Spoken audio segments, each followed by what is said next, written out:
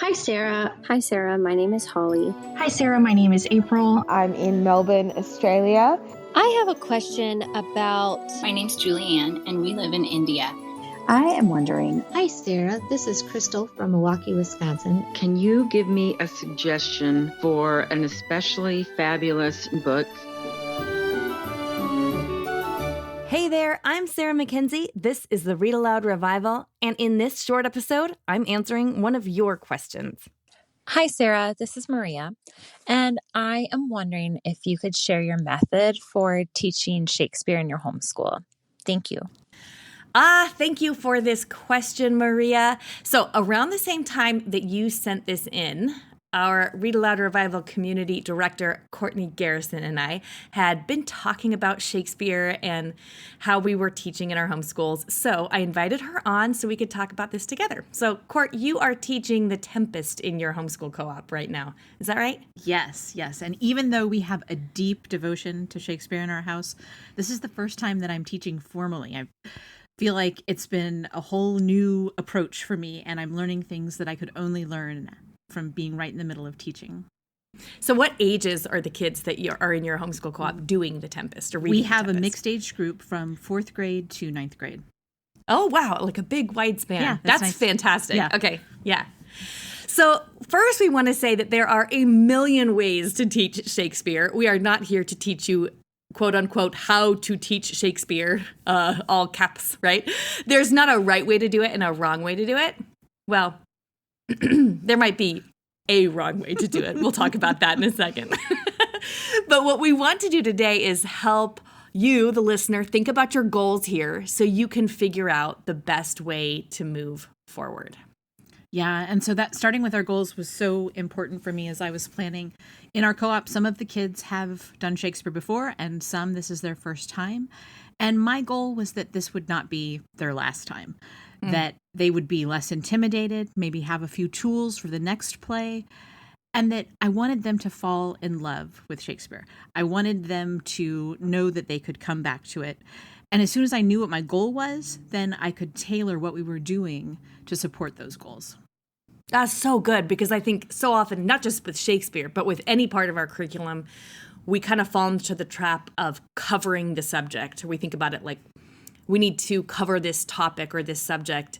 So in the case of Shakespeare, you know, I'll find myself sort of slipping into that idea of like, we need to cover this play, or we need to read this play to cover it, which is kind of a silly thing to think. When I think through what do I want for my kids, I want them to want to watch and read Shakespeare later, not just this one time when they're in 8th grade. Exactly. Audrey, my oldest, is 20. She just wrapped up her sophomore year in college. She's an English major, so she's definitely reading Shakespeare at college. And, she loved Shakespeare when we were doing it in our home, or at least, I guess I haven't asked her if she loved it, but I know she enjoyed it because she always seemed to enjoy it anyway during our lessons. But then she went to university, and she's at a fabulous university, but she's taken a Shakespeare class that she did not love. And when she finished her last paper, she said, that is the last time I have to read Shakespeare. Oh. And I thought, oh no. Now, given probably enjoying Shakespeare was not her university professor's goal. I mean, maybe it should have been. I don't know. I'm not just saying. But I think it's worth considering our goal because, what does it matter if they've read all of Shakespeare's works, or if they know the premise of all the plays, or if they can quote some of Shakespeare's sonnets, if they never want to read or watch Shakespeare again? Oh, that would just be tragic to me. Yeah. That would be a fail for sure. But it sounds like something that Charlotte Mason said. She said, at the end of our education, it isn't how much we know, but how much we care. And I think it's such an easy thing to forget when we're either in the thick of homeschooling or when we're planning our homeschools, because we're thinking about the things we want to, quote unquote, cover, which we probably should do a whole episode on that word because I have problems with that word when it comes to curriculum. But so let's talk about how. So for the most part, and I'm going to back up and say that my kids right now are 20, 18, 16, 10, 8, and 8. And we usually start reading Shakespeare. Well, let's see. We start reading Shakespeare stories when they're very small by reading adaptations. We'll talk about adaptations in a minute. And then for the most part, I keep it very, very simple. I usually do one Shakespeare play a year, and not always. There have been plenty of years where we just haven't gotten to Shakespeare. Every year that I had a new baby, I can guarantee we did not do any Shakespeare. Probably the years where my twins were 2, 3, and 4, we did not do Shakespeare. Those were hard homeschooling years. But remember when we're talking about our goal, what's the goal of teaching Shakespeare? My own goal is not for my kids to get through all of Shakespeare or to be familiar with all of Shakespeare's works. My own goal is to give them a taste or an introduction. So just like you said, Court, they want to get more. So they're hungry for more. So they think, oh, I loved this one, so maybe I'll like another one. And then they can realize that there are riches there that they can revisit again and again and again. So I typically pick one per year. I like the comedies better, so I tend to stick with the comedies. And we usually read adaptations, like picture books or graphic novel versions, which we have some recommendations for you we'll talk about in a minute.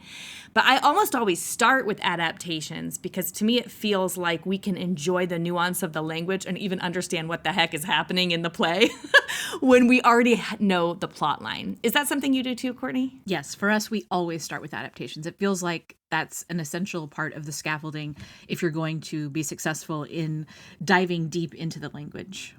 Yeah. And there's a lot of really good adaptations. Yes, there are. In abridged versions, yeah. And then we also, when my kids are a little older, I don't do this with like a 6-year-old, but I do with my older kids, we'll listen to the play dramatized on audio, which is really great because then you have, of course, performers acting it out and they lend a lot of understanding to what's going on. Because if you're listening to this and you're thinking, yeah, but I don't understand what's happening in a Shakespeare play, like you and me both, sister, like I never know what's happening in a Shakespeare play. I need to see it. I need to know the plot line. I need some helps and hints, and we're going to talk about that too. And then because Ken Ludwig tells me to, and I love Ken Ludwig, we memorize some Shakespeare lines, and those have brought a lot of joy and just delight. Those are so fun. They're the epitome of delicious memory work is to memorize a passage of Shakespeare. Except when it's your 15-year-old calling the 9-year-old a pied ninny.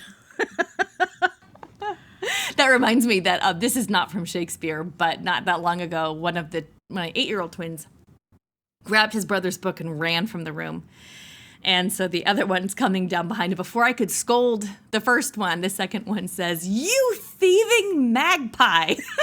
I was just like, well done. That was such a great insult. And so, then your children learn as long as they insult each other in Shakespeare, it's all fine. So that's more or less all we do. We read adaptations, picture books, graphic novels. We listen to the play on audio by professional actors if we can. Maybe we see it. That happens less frequently. I'm trying to think if I've ever taken all my kids to see Shakespeare. I can't think of a time where we've all been able to go. So for the most part, it's listening on audio. And then we memorize some lines, and that's more or less all we do. But, and we can get into some of the details on those, but Courtney, I'm super keen on hearing what has worked well with your own homeschool group this year, especially with the group situation, and then with that wide age range too. So I'm curious to know how what you do is similar or different than what I do. It's very similar, actually. We definitely started with adaptations, lots of scaffolding for story and characters. We've got lots of picture books that are sort of tangential. They're not the play. It's about Shakespeare's life and things like that. And then we're listening to one act every week. So we're doing it over 6 weeks. We did a week of introduction and then 1 week for each of the 5 acts. We're not memorizing lines this time, but other than that, yeah, very similar. Okay, so let's talk about that whole starting with by reading adaptations, because I kind of think this might be the key piece that opens the door to Shakespeare, because like I mentioned before, if you don't know what's happening, it just makes you feel dumb to read Shakespeare, listen to Shakespeare, or watch Shakespeare. If the whole time you're thinking, I have no idea what's going on. And so I think adaptations can sort of be the doorway into, hey, this is just a really good story, first of all. So it kind of helps us get familiar with the story before we try and read, the original Shakespearean language. So let's recommend some.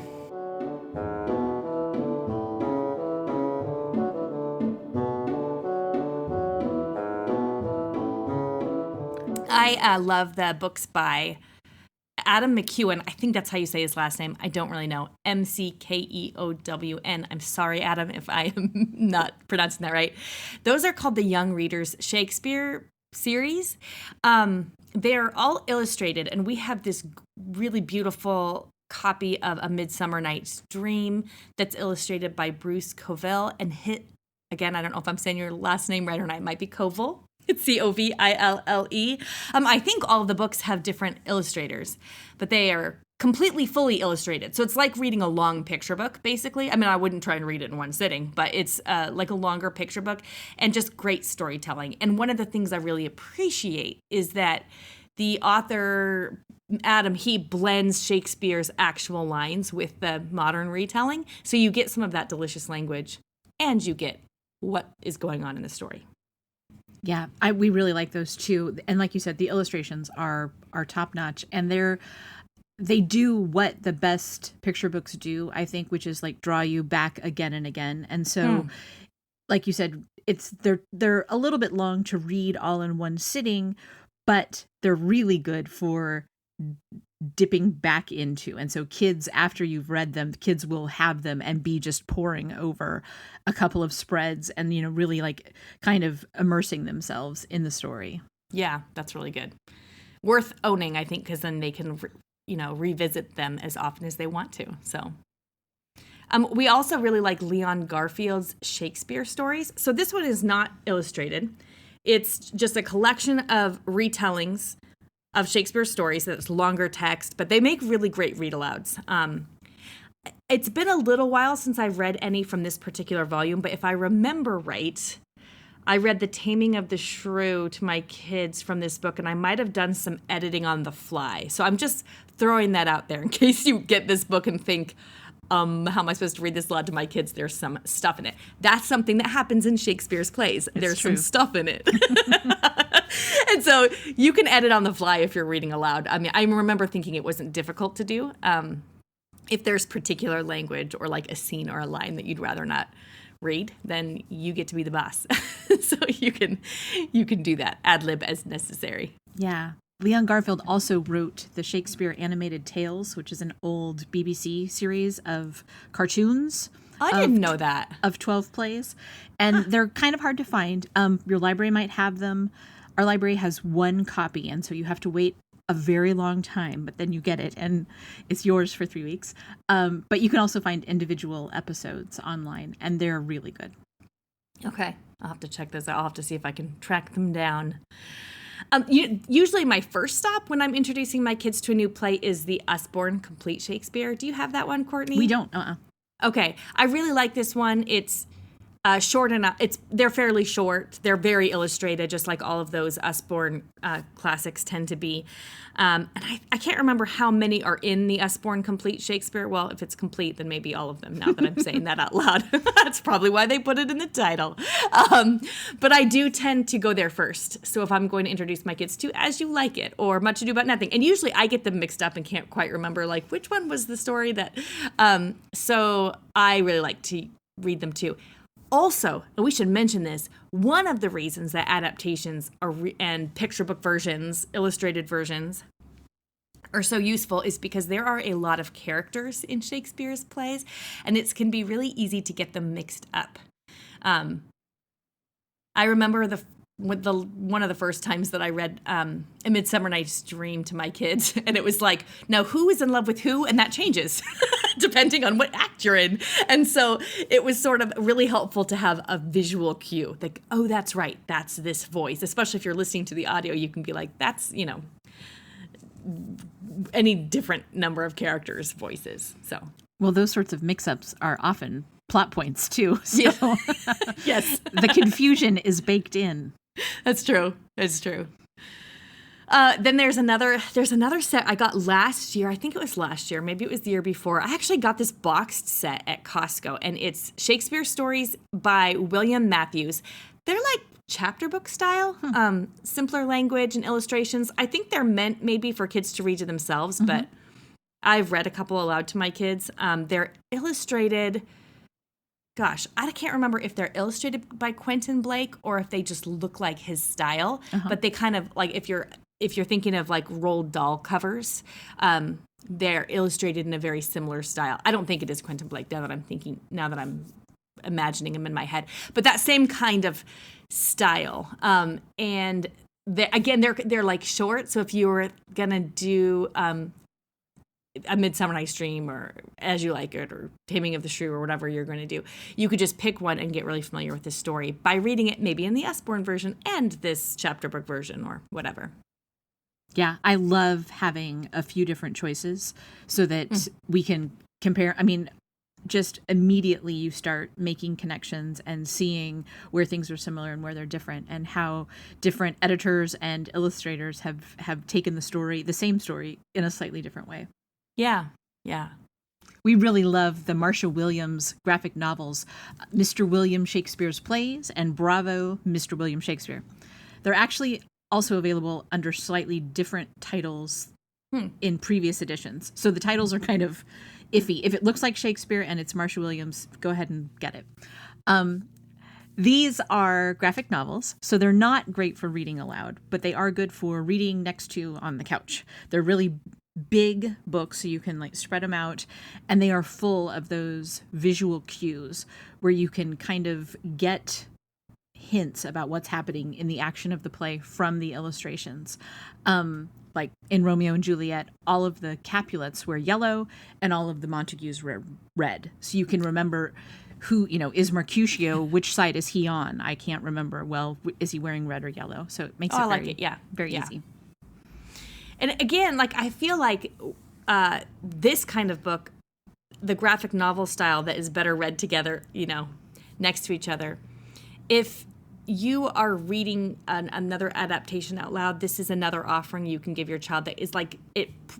What am I trying to say? It takes out the need for you to be the middleman between Shakespeare and your child, because they get to meet it right there on their own, like just face to face. You're taking away all the barriers between Shakespeare meeting your kids. So there are some books, great books about Shakespeare, actually, and we should talk about some of those. I think you mentioned that you're reading some of those with your homeschool group, or no? Yes. So we've read William Shakespeare and the Globe by Aliki. We love Aliki's work. It's, again, one of those books that you return to again and again because the illustrations are so rich. There's a picture book biography by Diane Stanley called The Bard of Avon. That one's a little longer. Diane Stanley's, her picture book biographies might be better for older kids because they are like really long. You're going to open it and be like, I didn't sign up for this many words when I picked up a picture book. And then I just recently stumbled across Will's Words, How William Shakespeare Changed the Way You Talk by Jane Sutcliffe, and it's a lot of fun. I like it because it's a book that has something for everyone. You can read the text and kind of go along, but then there are all kinds of pullouts with more etymological information for older kids to peruse. Yeah. And we all use Shakespeare in our common, vernacular more often than we probably think. Right. I also wanted to mention Shakespeare's storybooks, The Folktales That Inspired the Bard by Patrick Ryan. These are the old tales that Shakespeare took his stories from. So he didn't come up with these stories. He just adapted them for the stage. And these are the old stories. I don't think I realized that. I don't think I knew that. I think perhaps only The Tempest is his only original story. Okay. And the rest were old tales that people knew more or less or had seen one way or another. And so these stories, you wouldn't necessarily recognize them always as Shakespeare. I mean, the plots are way more intricate in Shakespeare, but these are, if you like folk tales at all, these are wonderful. And would you read those with kids? Oh, yes. Okay. And they're great. It's a great read aloud. Oh, great. Okay. Yeah. So it's a collection of, I would say, 10 or 12 stories, and each one could be read over a night or two. Okay. I also really love All the World's a Stage by Rebecca Piatt Davidson, illustrated by Anita Lobel. This one is probably out of print, but your library might have it.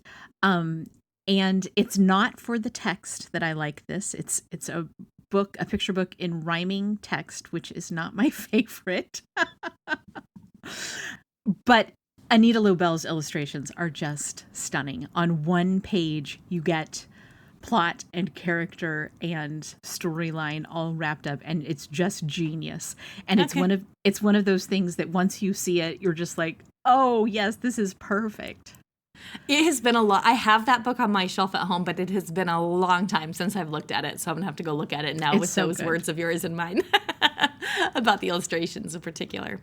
Something I feel like we should point out is, as we're, pouring out this litany of books about Shakespeare. Sorry, Kara, who's making the show notes. They'll all be in the show notes, by the way. Thank you, Kara, at readaloudrevival.com/206. But this is not a to-do list. Definitely don't try to read all of these. We're more like trying to set this menu of like a feast out on the table. Look at all these different ways into Shakespeare. There's a whole bunch of different doors into Shakespeare. So pick one and walk through it and see how that works for you. And if you want to, you can pick another one. You could read a picture book version and the Usborne version and the graphic novels, or you could just choose one of those, just making it easier and more accessible to get into the story, so that by the time you get to the actual language, Shakespearean language, you're not spending all of your brain power trying to figure out what is going on, and instead you can pick up on some of the other nuances and genius that's happening in the language there.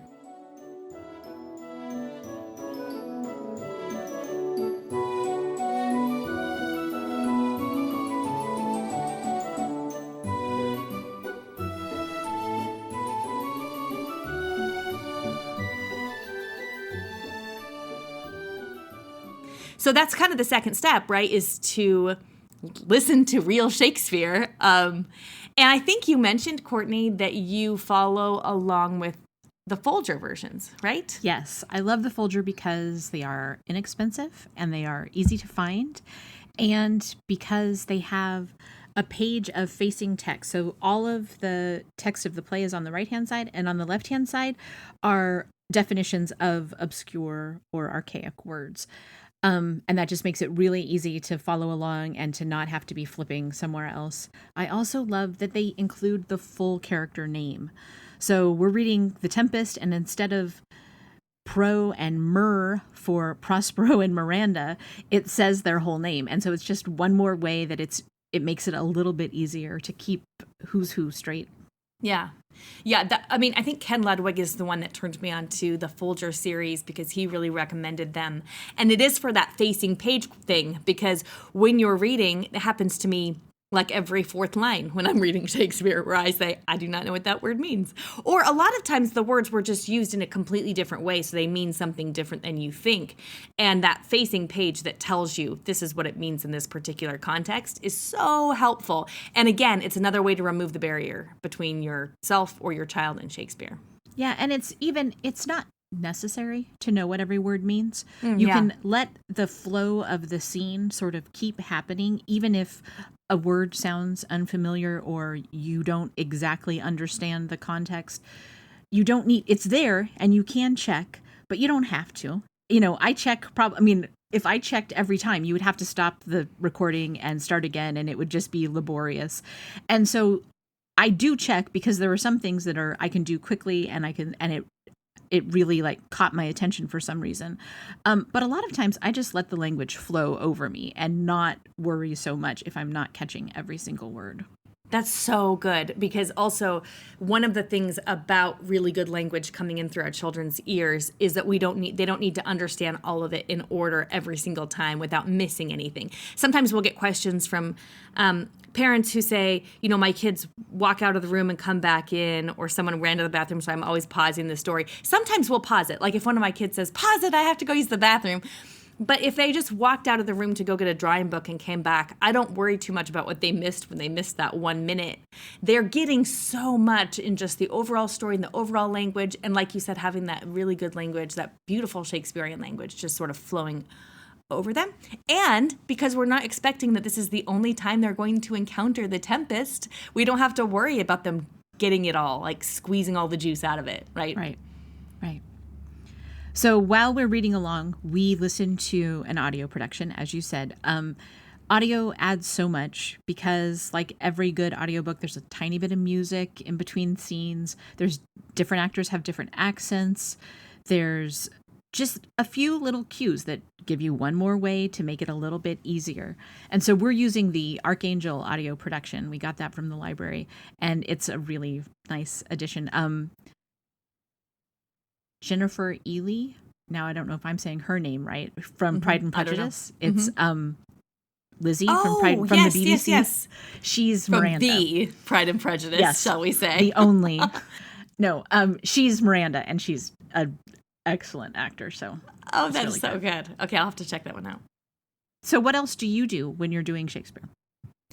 We also, so we memorize. And we memorize, usually we're memorizing a new passage of Shakespeare all the time, even if we're not reading a Shakespeare play. So I mentioned that my goal is to do one play a year, which we don't always get to. Lately, we've been getting to it more often because my kids are a little older, so it's been a little bit easier. But usually we're memorizing a passage of Shakespeare, even if we're not reading a Shakespeare play at the time, because they're so much fun to memorize.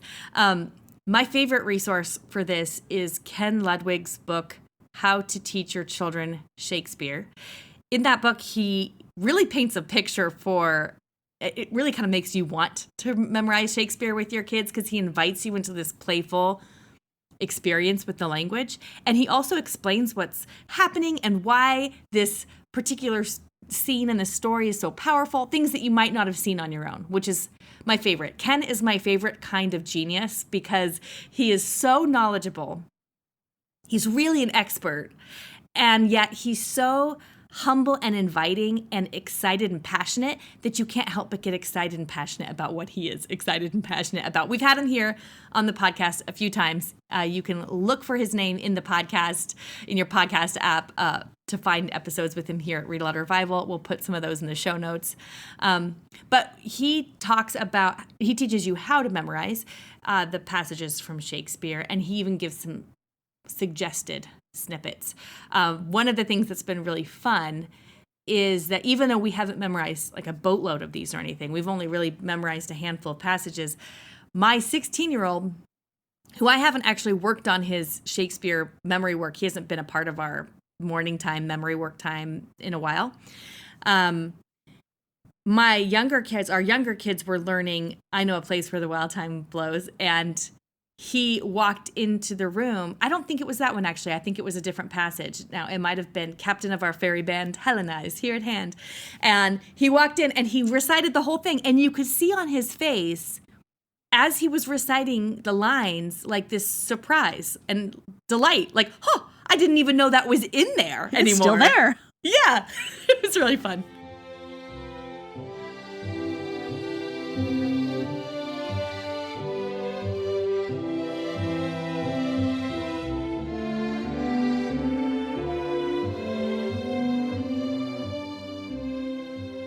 So, I mean, hearing you talk about memorizing makes me a little, I wish we would have memorized something, but this is not our only chance. So The next time it can be a part of it, of what we're doing. But what we are doing has turned out to be so rich and so aligned with my goals. So I said before, we're using 6 weeks to do one play. So a week for intro and then an act every week. And we begin our time together by reviewing the previous act. So we look at 4 or 5 quotes from the previous act. And then the kids choose one of those quotes and they work on illustrating them while we listen to the next act.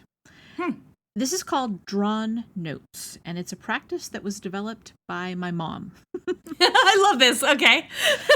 Tell me more about this. My mom taught Romeo and Juliet to 7th graders for 35 years. And I think she even read the play aloud to them, which is just astounding to me. Yeah, that's kind of next level reading aloud. Yeah, I mean, I think she would read to first period with a tape recorder, and then she played the tape of herself for the other classes. But this practice, just drawing an illustration for a quote, it sounds very simple. But what I'm finding is that the kids in the co-op are doing really deeply interpretive work, the same exact kind of work you would do if you were writing an essay. They're selecting passages that have some sort of heat, some sort of attraction for them, and then they're responding to those creatively. They're making something themselves. And Tommy DePaula said, he told us one time that he thinks of his illustrations as illuminations. And that, it connects back to an ancient tradition, but it also means that his illustrations are shining new light on the text of the picture book that he's illustrating. And what I'm seeing is that it's so true even for the youngest kids in the class, even for the fourth graders. Their work illustrating is helping us to see the tempest better. Oh, I remember when Tommy said that. It was a light bulb moment for me because I thought he said the word illustrate comes from illuminate. And I just went, oh my goodness, like this is mind blowing. I have a couple practical questions about this because I'm so interested in this. One is, are you choosing the 4 or 5 quotes ahead of time? I am. So as we listened during the class, I mark passages and then I make a sheet for us with the 4 or 5 that are sort of going to move us through the action of the act. Oh, okay. So you're not necessarily needing to do this like prep work. You're listening to the act together. And while you're doing that, you're like underlining some that you know will be good to carry you through the next. So good. Okay. And then, what's my question here? How do you need to explain to the kids what is happening in that quote for them to be able to illustrate it? Or are you just letting them interpret it? Almost. No, I mean, so we say, okay, so what happened in this act? We've got the sailors, they're yelling at everybody, there's a shipwreck. I say the things that are happening, but there's not a lot of explication, or I'm not, talking about the symbolism or I'm finding I am picking the passages because they spark something in me, because I liked them. And then we talk about them and then they pick them. They pick one. Oh, that's so good. Okay. And then I have so many questions. I'm so excited by this idea. Okay. So then also when you're done reading the act, are you talking about it together? Or you're just doing what you just said, where you're just like talking about what happened, or? We almost, at the end of the act, we kind of just quietly gather up our stuff and get ready to go. So everybody is putting their things away, and we're not going to talk about it until next week. Okay. And then when you talk about it the next week, what does that look like? Well, then people are showing what they've done and so it's different every week. I'm sorry. Hold on. So they're showing, are they doing these drawings at home in between? They can work on them if they want to. My kids have ended up doing that because they were, following along in the text some of the time. And so if they were following along in the text, they couldn't be drawing at the same time. But some kids are just working right there, and that's all they do is in the 20 minutes of the act, they're doing something. And it's in those sort of debriefs the next week that we get to see what everybody else has done, where they've taken the quotes. That is so cool. Okay. And then let's say you've done Act 1 and it's the next week. So now you're going to be listening to Act 2 together. Right. Do you give them are you doing any preparation for this? So if you open up the text of the play, it says Act 1, Scene 1, and then it gives like 2 lines of description. And so I say that out loud just to sort of get us back ready. Everybody has their pen and paper out, their colored pencils, their watercolors. We're all ready to be here and interact with this text. And so I just give those. And then as we switch scenes, I'll sometimes say those introductions again, but those are just coming right from the text and I'm just saying them out in real time. This feels so doable and approachable to me. I'm loving it. And it feels like a really beautiful way to introduce Shakespeare to your child without getting in between, without preaching about Shakespeare to them, without doing all this didactic teaching that I remember from reading Shakespeare in school that made me bored out of my head. But it's actually even better than that, because their work is teaching me as well. Oh. That's the gift of it. Last week, I was getting the house cleaned before kids were coming over. The printer kind of stopped working. Of course it did. I was not exactly looking forward to reading Shakespeare. It was one more thing. Mm-hmm. And so, we bustled everyone in and we got settled and we opened up the book and we turned on the recording.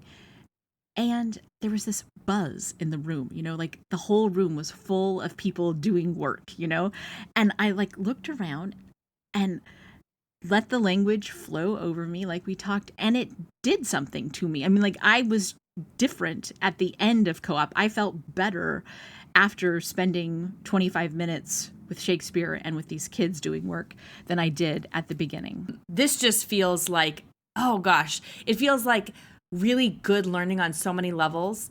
And also, it almost, to me, I wonder if your students are just, your kids and your students are feeling like they're learning next to you, right next to you, which is exactly the kind of teaching and learning I love happening in my homeschool. Yeah. Well, my lack of preparation really ensures that we are learning right next to each other. I love it. Oh my gosh, I love it. I don't know if any of your students would be up to sharing any of their drawn notes in the show notes, but if they are, we would love to put them in the show okay. notes. I will ask. There is one in particular from a fourth grader that I'd love you to see. Okay. Any other helpful resources for you as you've done Shakespeare with your kids? You guys have done some local productions and stuff, haven't you? We always watch Shakespeare. There's free in the summertime. We always go to at least one, but usually 2 or 3. Okay, because you're in Portland and there are Shakespeare in the park there. I don't think we've had any here in Spokane. I could be wrong. Somebody email me if you know of some locally and you're in Spokane or Coeur d'Alene area, because I would love to go. I do know that the website shakespeareglobe.com. If you go to shakespeareglobe.com/watch, and we'll put this in the show notes because nobody will remember that, they have plays that you can watch on there. I actually haven't watched any of those, but some of our community members at RAR Premium have, and they said they're spectacular. But I know they also have a virtual tour of the globe that is super cool, that you can, it's like one of those 3D tours. You can kind of move your mouse around and walk around the globe theater. So that's pretty cool. Pam Barnhill has also created the Ultimate Guide to Shakespeare, and it's a lot of really useful links for all kinds of coloring sheets and video clips and Mad Libs and just things to add a little bit of fun and depth to your studies. And I have a post on my blog about all of the specific things that we're using for The Tempest.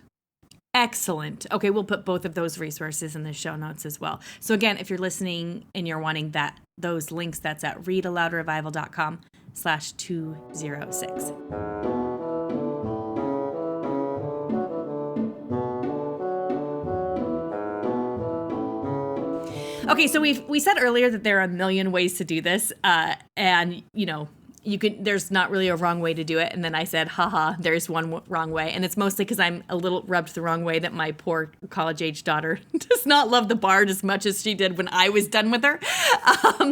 But I don't really mean, here's how you can do Shakespeare wrong. It's more like if you're doing Shakespeare in your house and it starts to feel like a slog, maybe see if one of these things, we've identified a few obstacles that might be getting in your way of enjoying Shakespeare or of your kids enjoying Shakespeare. So if it's felt like drudgery or a slog, maybe see if any one of these things is in the way.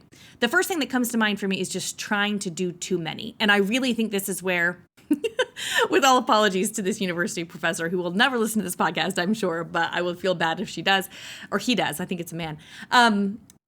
They read 10 plays in 11 weeks, I think. And so there's no way to enjoy that. You're just checking it off the list, right? So trying to do too many. And I love how you're doing one play over 6 weeks. Are you doing more than that this year or just the one play? We're just doing the one play. Okay, I love it.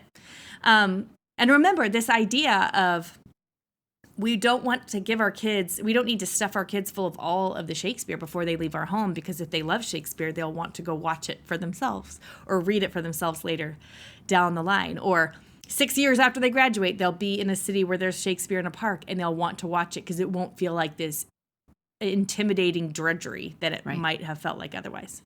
Yeah, I think the pace that we are going at is perfect for our mixed age group. We've got 4th to 9th graders, and it's taking us 6 weeks to get through a play. So we are taking it fairly slow. We're not going too fast. I think that can be another way that it can start to feel like a slog. Yeah.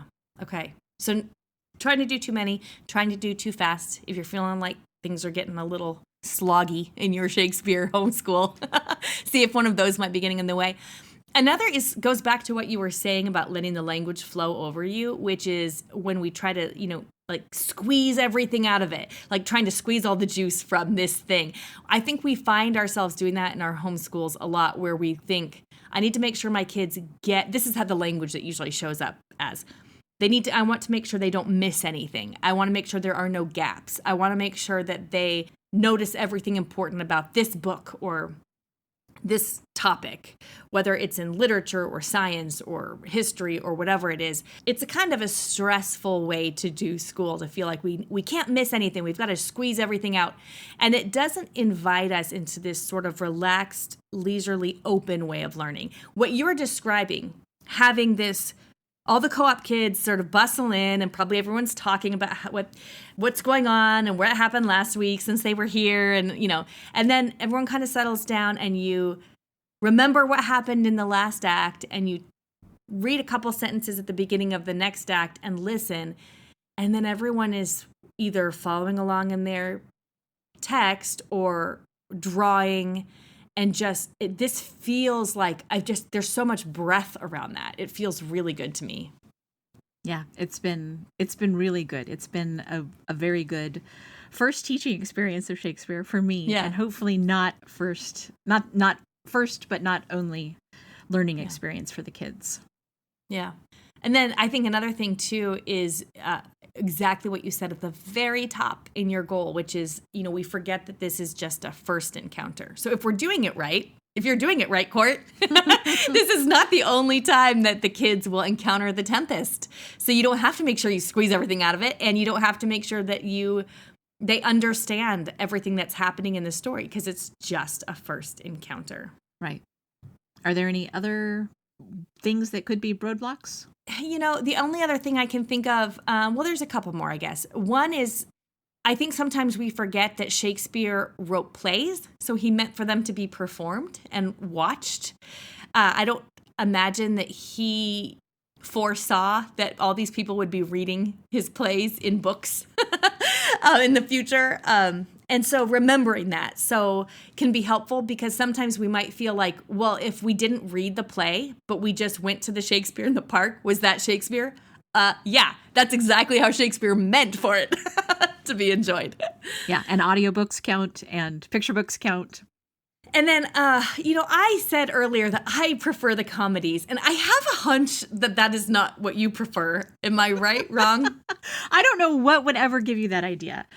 No, I think starting with the comedies is a perfectly fine place to start, although I kind of feel like you're not going to go too far wrong wherever you start.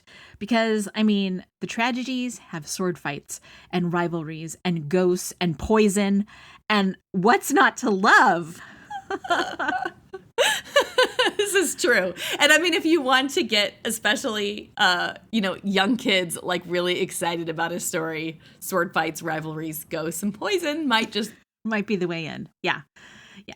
This last year, I read As You Like It, and we got to see a production of it. And so that can be my non-tragedy recommendation. It's a great one. Okay. I always start with Midsummer Night's Dream. I did that with my older kids. I did it with my younger kids. It's the one I'm most familiar with. Mm-hmm. And it's the first one Ken Ludwig has you read and memorize from in How to Teach Your Children Shakespeare. So all of that probably is why we've started with that one. And I just think it's really, really funny. But I know it's also not your favorite of the comedies even, right? Yeah. If you were going to start with a not comedy, with a tragedy, what would you recommend? I would have read Romeo and Juliet with my group, except that I knew that one of the kids had already done it this year in another class, and so I didn't want to repeat. Well, we just threw a lot of ideas and resources at you, so keep in mind that the basis here is very simple, even though we just named a whole bunch of different adaptations and plays and ways that you can encounter Shakespeare. What the heart of this podcast is to keep it approachable and really simple and that you can learn along with your kids. So 1 play a year is a great goal, but honestly, some years you're not going to get to that, and that's also completely okay. Like I said, there were several years in a row, in fact, that we did not do any Shakespeare. And then, let yourself and your kids read adaptations first to get familiar with the characters and the plot. I love the way, Courtney, you often talk about scaffolding. Well, if you think about scaffolding, it helps you get up closer to the big, unapproachable thing that you can't reach on your own. And so we use picture books and adaptations and retellings as a way to help us understand and get us up closer to the hard to approach topics. So good. So yes, use adaptations as your scaffolding, and there's not a right one. You can just pick one door and walk through it, to mix all of my metaphors there. Try listening to some on a dramatization. We'll put those Archangel audio recordings, links to those in the show notes. And you can also just check your library and find out what kind of, audio versions you can get to listen to. Again, having the actors interpret the text for you in their dramatization is very helpful. And it's its own kind of scaffolding, really. Yes, absolutely. And then we'll put the Folger editions of a handful of Shakespeare plays. I won't say all of them because Kara will throw her headphones across the room when she hears this episode if I do that. We'll put a handful of Shakespeare Folger recommendations in the show notes. Those are, again, those versions of the full play, unabridged text, but they have the facing pages with helps and hints. And then if you want to, you can memorize a passage or two, or you can copy down a passage or two, or you can illustrate a passage or two. And if you want to, you can find the play to watch either online or in some kind of a recording. Video recordings, you probably want to be a little careful with. Just do a little sleuthing online before you just start watching a Shakespeare movie version with your kids, because sometimes they have things in there they have things in there you might not want your younger kids or any of your kids to see, depending. So just, do a little looking around online before you just pop in a Shakespeare movie and watch it. But go to a local Shakespeare in the Park or something if you can. All of these are just ways in. You don't have to do all of them. Just pick whatever feels easy and exciting and fun to you. And I bet that your enthusiasm and enjoyment of Shakespeare will translate right down. It'll trickle right down to your kids, because this is not the way they'd get Shakespeare if they weren't learning it at home with you. So they're lucky indeed. Everything we talked about today is in the show notes at readaloudrevival.com/206. Courtney, thank you for joining me on the show. Oh, I was glad to be here. Thank you. Now let's go find out what the kids are reading these days.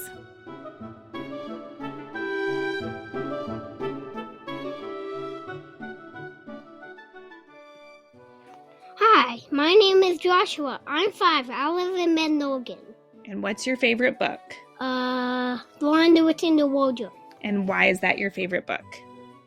Because they find the wardrobe and then they go into Narnia. Yeah, and who's your favorite character? Aslan. He's a lion. Hi, my name is Jack. I am 6 years old. I live in Bend, Oregon. My favorite book is Magic Treehouse. Why I like Magic Treehouse is going back in time, and I learn about history. My favorite character is Jack. What's your name? June. And how old are you? 2. And what's your favorite book? Berenstain Bear. Berenstain Bears? Yeah, Why do you like it? I do. 'Cause you do. Yeah. Okay, tell me your name. Ezekiel. And how old are you, Ezekiel? 3 years old. And where do we live? In Louisiana. In Louisiana. And what is your favorite book? Small and Mow the Toe. Small Walt and Mow the Toe. All right, say bye. Bye. Thanks for listening. If you've got a question for an upcoming episode, leave me a voicemail at readaloudrevival.com/message. Until next time, go make meaningful and lasting connections with your kids through books.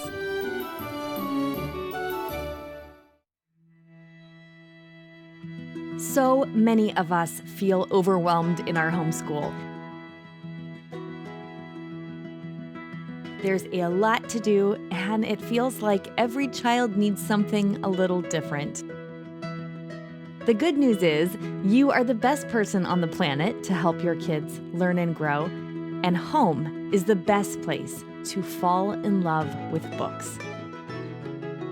I'm Sarah Mackenzie. I'm a homeschooling mother of 6, the author of Teaching from Rest and the Read-Aloud family, and I'm the host here on the Read-Aloud Revival podcast. This podcast has been downloaded over 8 million times. And I think it's because so many of us want the same things. We want our kids to be readers, to love reading. We want our homes to be warm and happy havens of learning and connection. We know that raising our kids is the most important work of our lives. That's kind of overwhelming, right? You are not alone. In Read-Aloud Revival Premium, we offer family book clubs, a vibrant community, and Circle with Sarah, coaching for you, the homeschooling mom, so you can teach from rest, homeschool with confidence, and raise kids who love to read. Our family book clubs are a game changer for your kids' relationship with books. We provide you with a family book club guide and an opportunity for your kids to meet the author or illustrator live on screen. So all you have to do is get the book, read it with your kids, and make those meaningful and lasting connections. They work for all ages, from your youngest kids to your teens. Every month, our community also gathers online for a Circle with Sarah to get ideas and encouragement around creating the homeschooling life you crave. They're the most effective way I know to teach from rest and build a homeschool life you love.